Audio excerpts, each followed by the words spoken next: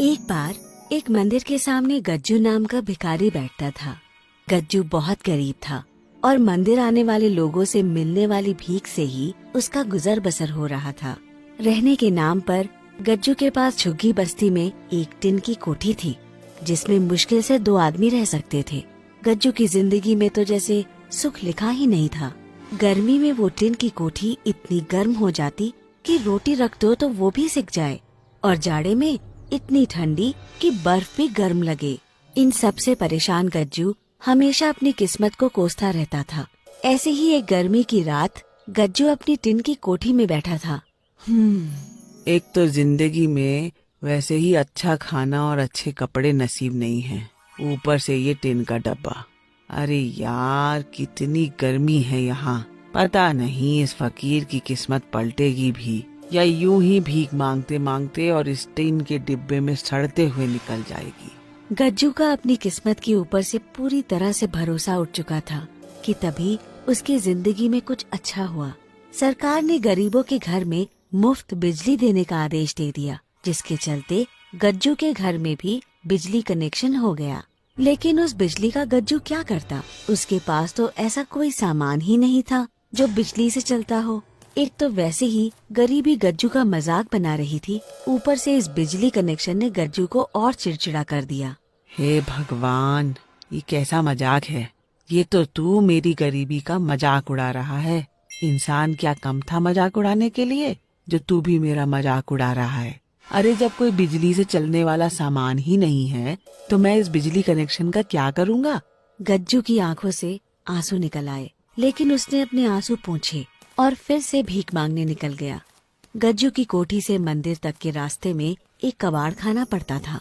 वैसे तो गज्जू इस दुकान की तरफ मुड़ के भी नहीं देखता था, लेकिन आज अचानक उसकी नजर कबाड़ खाने की ओर चली गई थी। असल में आज गज्जू को उस दुकान के कबाड़ में एक टूटा फ्रिज दिखाई पड़ गया।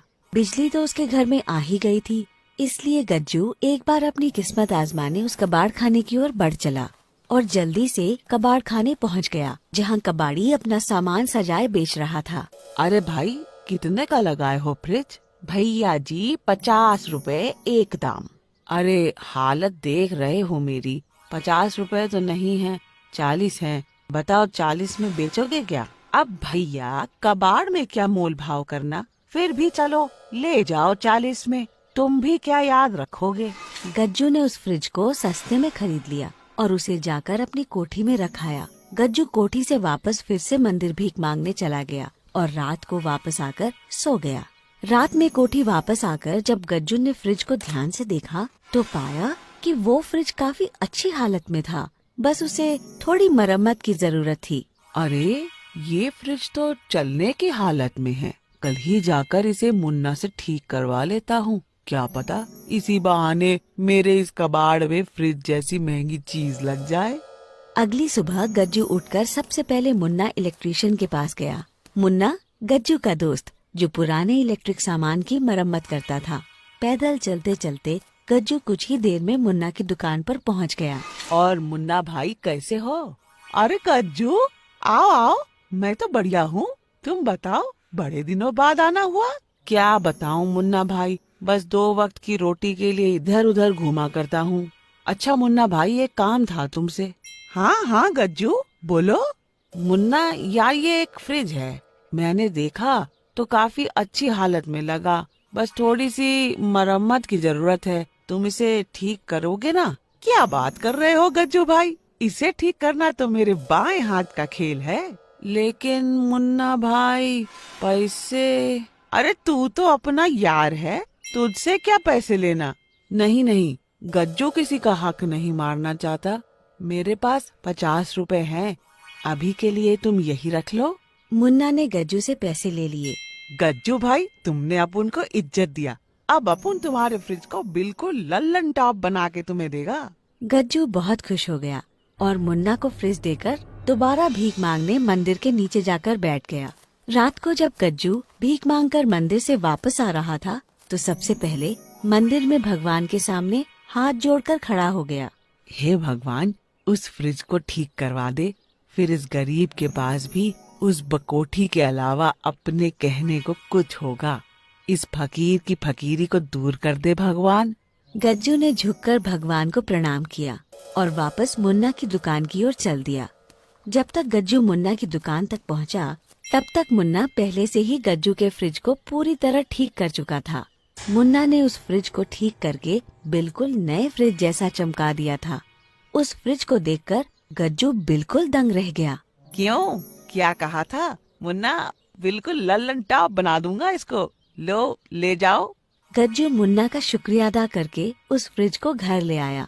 घर आते ही उसने उस फ्रिज को लाकर चालू कर दिया और उसमें एक कटोरा पानी भरकर रख दिया। इसके बाद गज्जू खाना लेने चला गया। वापस आकर खाना खाने के बाद बची हुई एक रोटी गज्जू ने फ्रिज में रख दी और आराम से सो गया। अगली सुबह गज्जू ने पानी पीने के लिए जैसे ही फ्रिज खोला, उसके तो होश ही उड़ गए। असल में रात की जो बची हुई रोटी गज्जू ने फ्रिज में रखी थी, वो अब सोने की रोटी में बदल गई थी। अरे देवा रे देवा, ये तो कमाल हो गया। ये फ्रिज तो जादू ही निकली। गज्जू उस रोटी को बार बार छू के देखने लगा, लेकिन उसे विश्वास नहीं हो रहा था। उस रोटी को गज्जू एक सोनार के पास ले गया और उससे उस सोने की रोटी को परखने को कहा। अरे भैया, ये तो बिल्कुल खरा सोना है, इसे मुझे बेच दो, जो कीमत मांगोगे वो दूंगा। अच्छा, ऐसा है तो लाओ 1 लाख रुपए इसके। गज्जू को हैरानी तब हुई जब सोनार ने खुशी खुशी रोटी के बदले उसे 1 लाख रुपए दे दिए। गज्जू 1 लाख रुपए पाकर खुशी से फूला न समा रहा था।